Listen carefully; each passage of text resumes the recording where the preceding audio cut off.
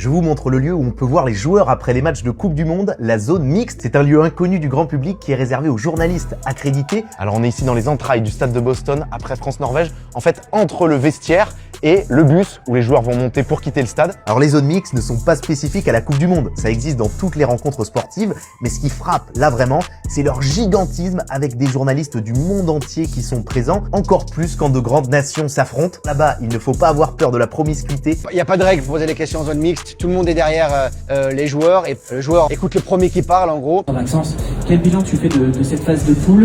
Des fois c'est un peu la jungle, hein. Des fois on est 4 ou 5 à parler en même temps et là c'est celui qui parle le plus fort, le journaliste que le joueur entend le premier qui arrive à poser sa question. Alors lors de cette Coupe du Monde, il y en a deux types de zones mixtes. Il y a d'abord une zone mixte en mode conférence de presse. Où un joueur est sur une estrade avec un micro, avec tous les journalistes face à lui derrière une barrière. Là, chaque équipe est obligée par la FIFA d'amener des joueurs après la rencontre. La Fédé doit ramener des joueurs, mais il n'y a pas un nombre déterminé. Généralement, c'est 2 joueurs minimum. Par exemple, après le match face à la Norvège, on a eu Maxence Lacroix et Ousmane Dembélé. Et ensuite, il y a ce qu'on appelle la zone mixte linéaire, un serpentin avec des panneaux publicitaires où là, il est possible théoriquement d'arrêter les joueurs un par un, mais ils n'ont pas l'obligation de s'arrêter.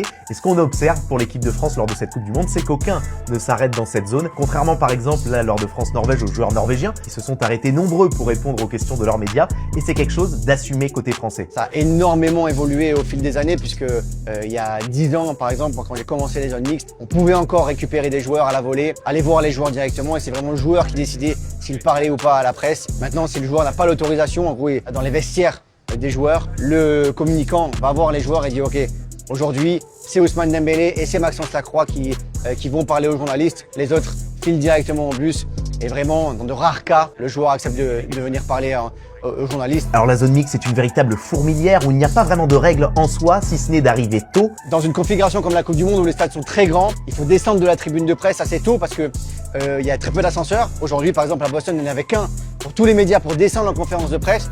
Et des fois, ça peut prendre 15-20 minutes pour de la tribune de presse arriver ici en zone mixte. Et si vous partez 5 minutes après le match, vous pouvez avoir loupé 1 ou 2 joueurs.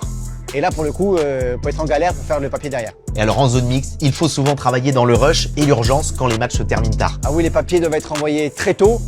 Après le match, le bouclage est à minuit, heure française pour le journal L'Équipe par exemple. Donc on a 50-55 minutes pour envoyer les papiers. Imaginez, donc il faut descendre de la tribune de presse, attendre que les joueurs passent en zone mixte, taper la réaction des joueurs et écrire le papier derrière, tout ça en 50 minutes. C'est un peu de stress, mais c'est du bon stress.